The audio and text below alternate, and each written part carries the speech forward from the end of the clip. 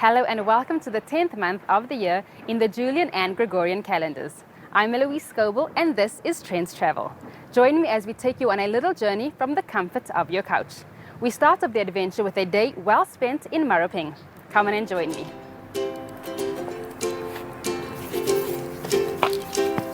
Hello Jonathan. Fine and you? The national lockdown is still in full swing. Now with level 1 in place, travel restrictions have been eased, affording the traveller an opportunity to explore the country. This past weekend, we travelled 45 minutes out of Johannesburg and landed at the Cradle of Humankind, declared a World Heritage Site by UNESCO in 1999. Here, the whole family can share in the experience. On a drive out here, you can enjoy scenic routes, breathe in fresh air, whilst in the area, you can also make it stop at the Nyrox Sculpture Park. The park is a tranquil sanctuary that you can enjoy while taking a stroll under the trees. As you meander through the bushes, you come across different giant sculptures, birds chirping, and the soothing sounds of water. A trip at the cradle is not only just relaxation, but very informative. All it takes is a 5-minute drive to the next destination, Sterkfontein Caves, where scientists have discovered many fossils, both human and animals, dating back more than 4 million years to the birth of humanity. We had an expert who gave us a brief of some of the fossils found in these caves. What I have for you are some of the fossils that we have from the Cradle of Humankind. Now, the Cradle of Humankind is made up of 15 fossil sites in the Gauteng area. And we have 2 other additional sites, one in Limpopo called the Makapan Valley and Taung in the northwest. And this fossil right here is that of the Taung child. And this was the first fossil that signified Africa as the cradle of humankind. And then we have here Mrs. Place, and Mrs. Place was discovered here at Sterkfontein. What we don't see on the table is the fossil of Littlefoot, which was also discovered here at Sterkfontein. And then we have Australopithecus sediba, or Karabo, and this was discovered in another site on the cradle called Malapa. And then we have Homo lady right here, and this is Neo.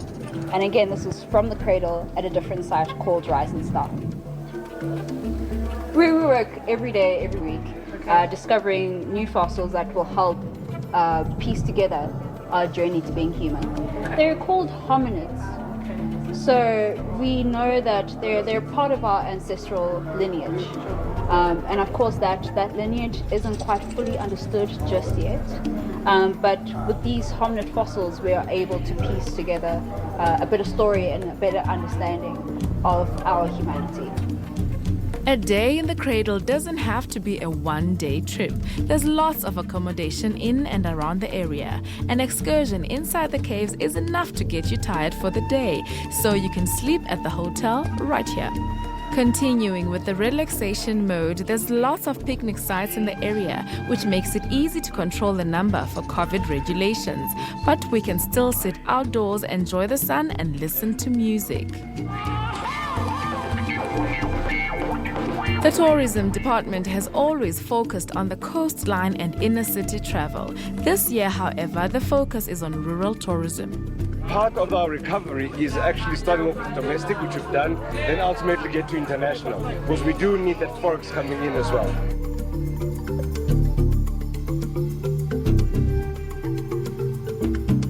Rural tourism is actually the key focus, and what we try to do every single day is to shine a spotlight on something new and something different. We want to grow tourism, but want to make sure that it grows in every single area of this country. And rural tourism is really something that's quite authentic that we have as a country. People are looking for social distancing, well, it's in abundance in the rural side. So really to shine a spotlight on those hidden gems and to say to South Africans and internationals, come and engage with all of South Africa. A song that has spread the love and united people globally. It was something that I never thought would happen. You know, even like first time when we made this song, when it went out, I never thought the song would travel at the distance that the song has traveled already, and it's still going. It's not yet reached its destination, so it's amazing. South Africa is a beautiful country with endless possibilities. There's always so much you can do and places you can go. So pack your bags and let's explore. One can never get bored in Gauteng. There's always something to do. Case in point, why not take a tour of this interesting city, discovering all its nooks and crannies via the Red Bus Tour, which is exactly what we're doing. After months of no operation due to the stipulated lockdown regulation, the hop-on, hop-off Red Bus Tour is back. This time around as a one smooth ride with no stop touring the City of Gold. The tour officially begins in Rosebank. Once in the bus, everyone is given a set of headsets to listen to the tour guide as we drive along. People who are traveling with the Red Bus, they expect to see the Joburg and learn more about history of Joburg. We have two routes, of which we call it Green Line and the Red Line. When we start from Rosebank, it's our stop number 1. From Rosebank, we go to the Zoo Lake, we go to Johannesburg Zoo, we go to Military Museum, we go to the Constitution Hill. When we get Constitution Hill, we switch the buses from green to the Red Line. Red Line means it's a city one inside the Joburg. Then from Constitution Hill, we go to the Carlton Center. Carlton Center, we go to Transport Museum. Transport Museum, Gold Reef City Casino. The scenic drive gives you an almost bird-eye view of the familiar streets and iconic buildings. First-time riders can get to see the cosmopolitan Rosebank suburb, which leads you around the Zoo Lake and the scenic view of the Johannesburg Zoo. Making its way through the south of Johannesburg, we pass Terfontein, which used to be a mining camp and later a popular suburb. The only stop along the way is the bathroom break at the Gold Reef City Casino. Pre-lockdown, you could get out here and spend some time and wait for the next red bus. For now, it's a quick stop and you're on your way again. Back to the Golden Highway, as it's commonly referred to. But this time, you see the city in a 360 view and enjoy the greater of Johannesburg. The tour is about an hour and a half, and before you know it, you are back in Sandton to disembark. It was a very interesting experience. I was especially impressed by the narration that we got on the earphones. It was a nice tour. They basically gave us the history of the different parts that we visited. The tour is very interesting. You know, sometimes you live in a city and you don't actually know a lot of the intricacies of the history. So it was a very interesting experience. I would recommend people to do it. The show's not over yet, so stay tuned as we bring you so much more of Trendz Travel right after this very short break. In the meantime, don't forget you can catch us on Twitter or on Instagram. That's on Trendz on SABC using the hashtag SABC News. We look forward to hearing from you.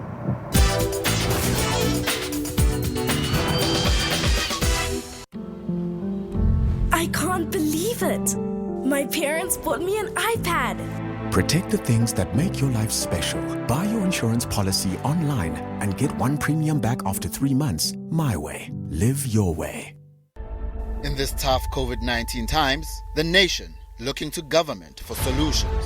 But the fight against the pandemic has been plagued by widespread corruption. The lives of frontline workers put at risk and citizens denied of much needed aid and personal protective equipment. The president assured the nation that he would deal with corruption decisively. Will there be any action against the corrupt, or will it be business as usual? Watch SABC News for ongoing coverage on COVID-19 corruption. SABC News, independent, impartial.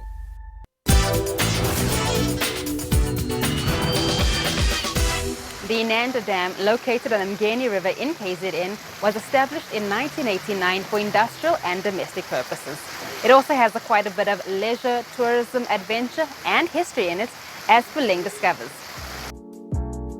Located on the Mgeni River near Inanda in KwaZulu-Natal, this earth-filled type of dam is the main attraction that draws tourists to the Inanda Adventure Park. Amongst the many fun activities that are found here, canoeing was a fitting activity in order to experience the dam and get its history while you are at it. Mask off, shades on. Level 1 of travel feels so great. I am out in Durban, showing you how we can resume all the exciting travel activities after months and months of being at home, fantasizing about what it's gonna look like. Well, fantasize no more. Trendz Travel is going to make it happen for you. We are out in Durban making the pots. Let's go.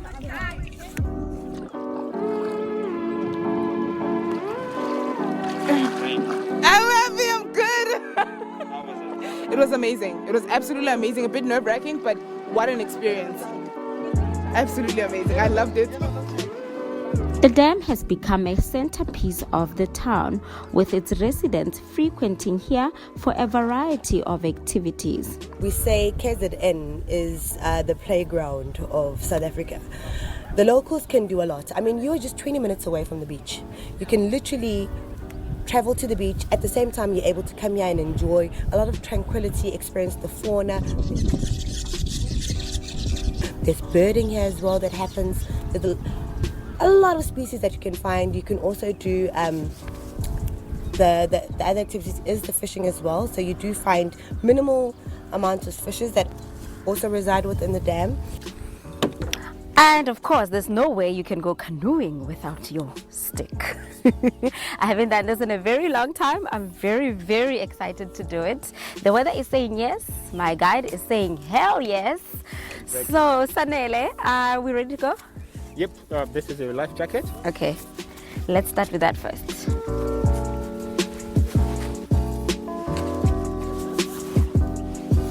This is our canoe. Then how you sit here, you have to sit in the center. Yeah. Just for your canoe to balance up. If also you're turning, you have to pedal backwards. Depending on the side that you want to turn. If you want to turn on your right, then you pedal on the left. Okay. It always opens. All right. Okay.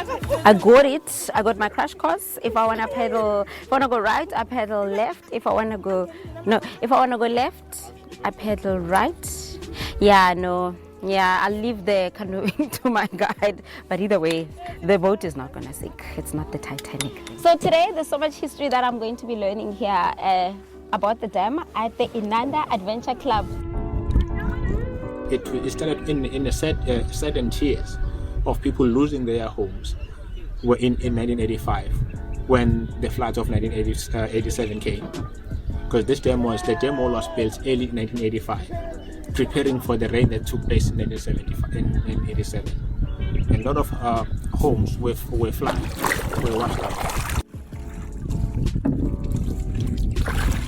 The most important part about this dam feed this community that we are in now of Inanda and the part of Hillcrest. Then also this dam has served as a part of giving work to the people of the area, like myself. I have a job today as a tour guide, a qualified tour guide, a registered tour guide with ETTEA, a job today. I am able to feed my family through this dam. And for tourists who find themselves here more often, they are spoiled for choice. My experience was very fun. At first I was a bit scared and I'm like, okay, I'm scared of the water, you know. But when I went back again, like, it's so calming and so peaceful. So it was quite fun and I'll definitely recommend it to my friends and my followers, of course. Then today, we are reaping job opportunities here. And this area has created sport people in terms of kayaking who joined and now they are professionals. And also training the youth of the area to become independent in terms of swimming. The dam is a perfect venue for adventure seekers and family day outs this season.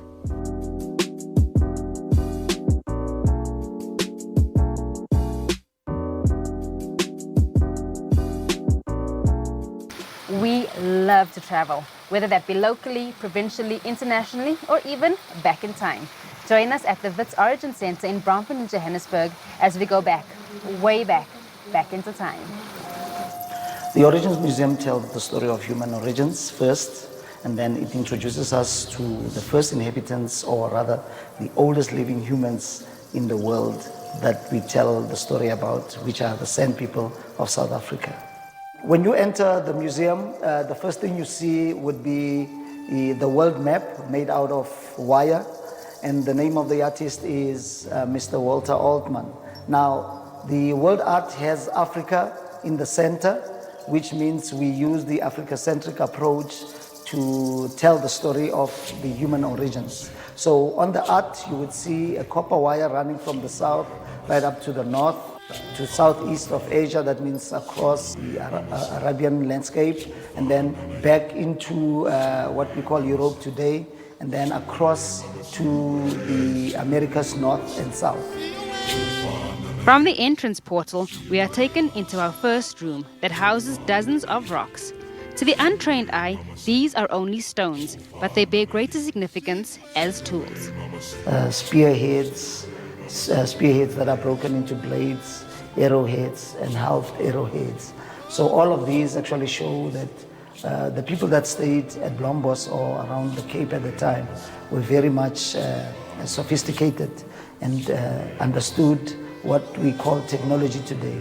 Because what we're looking at is not only ornamentation, but we also are looking at the technology of obviously hunting in this case, and of course a sense of concept where we have markings on the ochre stone that tells us part of the thought, if not the artistic aspect of the mind of the San ancestors around 75,000 years.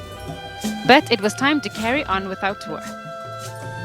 The engravings are mostly spiritual in nature. That has been studied after information was given by some of the San medicine men. So most of the information tells about the spirit world and how the spirit world influences the life of the San people, or rather communities of the San. This picture had to be one of the most intriguing at the museum. Done by Stephen Tomley Bassett, it speaks of the spirit aspect of the San people, depicting the dying of an eland, which is symbolic of the medicine man entering into a trance-like state, accompanied by half-human, half-animal figures. The line beneath them is known as the thread of life, which is said to represent the voices of the women as they chant in their trance-like state. The spirit world room indicates to us how the San traveled in and out of the spirit world, and in which worlds they traveled. They entered these worlds by means of various different trance dances. These trance dances sent them into altered states where they could communicate with other spirit beings. There are also numerous spirit worlds the different shamans would travel to in their altered states, often accompanying one another. We have the spirit world behind the rock, where you have the thread of light entering into crevices and exiting those crevices, and you have figures of medicine men that are partly into the rock and partly out of the rock. And it also shows that they can transform or change their shape. All in all, what we can take from this museum is that humanity did in fact start in Africa. It is not only skin deep, earth deep, rock deep, but it is also spirit deep. We are doing our civic duty touring the city of Johannesburg via the Red Bus Tour. You should do the same and support local tourism. And while you're at it, why not share your experience with us on any of our social media platforms? That's at Trendz on SABC on either our Twitter or Instagram. We'll be right back.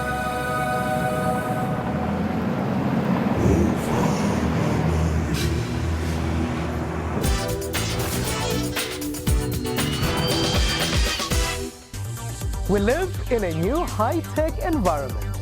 Because of technology, some of the world's wealthiest people are tech entrepreneurs. Tech is how we play and how we work. For your tech conversation, join me, Phumelele Zondi, on Network every Sunday at 8:30 p.m.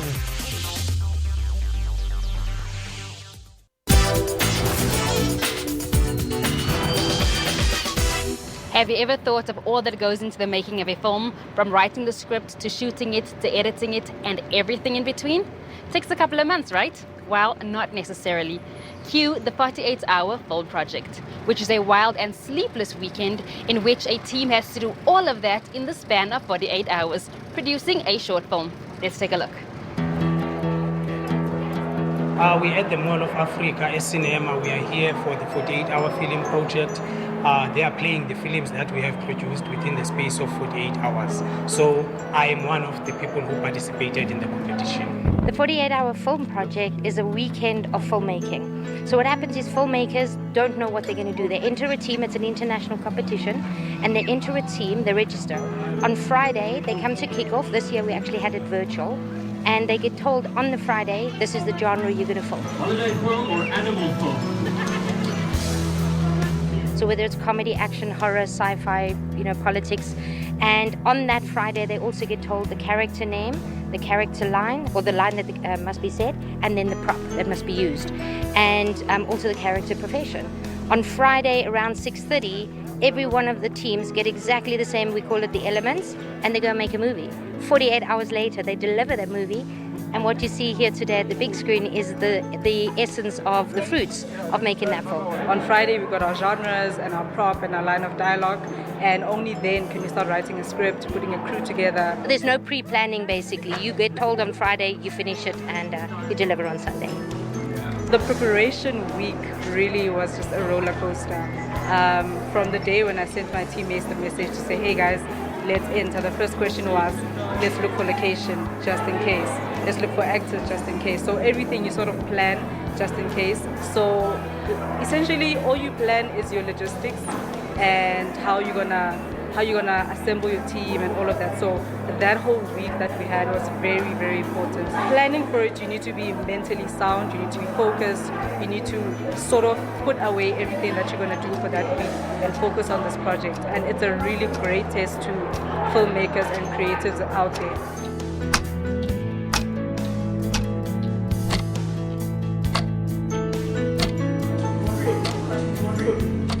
Boston Media House has every single year so many teams enter to allow their filmmakers the opportunity to produce something real and see it on the big screen. So we have a couple of the film schools that actually start integrating the 48-hour into the curriculum to say if you're studying film, you enter a 48. I mean, it's, we've changed lives. We have more than 80% newcomers out of our 71 teams, and more than 60% are township filmmakers. I mean, this is a big deal, man, and we're so proud. You will see the excitement with the filmmakers. We have launched filmmaking careers here. We have identified people who have wanted, had a lifelong dream, wanted to act, and they had an opportunity. Yo, why the world we living on? Seeing people cutting each other's heads off and then the blood gets stuck on the ground. My film, Umlabalaba, in fact, let me say our film as African Elephant. It's called Umlabalaba. We shot the film using a cell phone. We did apply for the equipment, but then we were not lucky to get the equipment. So we were like, no, we're not going to back down or say we're not doing it. So we just grabbed our cell phones and we shot them. Just on my school badge, I took my tag and my keys, leave my room in peace. 48-hour opens doors to filmmakers to get to Cannes. Our 2018 winner, Nayon Klatleng, with his film Lace by Viva Pictures, made second place worldwide. They won Best Film, second place, Best Actress, Best Writing, Best Directing. Where is she, man? Hey, man. Where is she? Okay. Just calm down, okay? Where is she? She's upstairs, bro. Sure. And because of entering a 48-hour film project, his short film was featured at Cannes in the Short Film Corner. I'm really excited to tell you that the National Film and Video Foundation has come on board with the 48-hour. So my company, Combined Skills Group, is the organizer. And we have the license from Washington, D.C., where this originated, to run the National High School Challenge, which means only high schools compete. And we had actually earmarked it for August this year, but then lockdown. And because of the schools closing, we're hoping we might still do it this year, but it may have to move early next year. But the concept is any school in South Africa can enter, but one team per school under the leadership of a teacher or designated parent. And the high schools compete provincially for the provincial title of 48-hour, Gauteng or Limpopo, whichever province. Then the 9 provinces compete for a national title of winner of South Africa's best high school challenge winner. That film gets invited to Washington, D.C., and that team competes in Washington, D.C. with all the schools worldwide that have entered. So that is phenomenal. So we haven't marketed it because we had to keep changing the dates, but the website is on, it's live, 48hourfilm.co.za. So you can go read up about it, follow our Facebook page, get in touch. But thank you, we would love to have the schools enter. We have reached the end of today's broadcast, but do not fret, Trendz Travel will be back again next week, same time, same place. But if you find yourself missing us a little too much, why not catch an episode or two on YouTube or holler at us on Twitter or on Instagram. That's at Trendz on SABC using the hashtag SABC News. In the meantime, this is Louise Scoble signing out.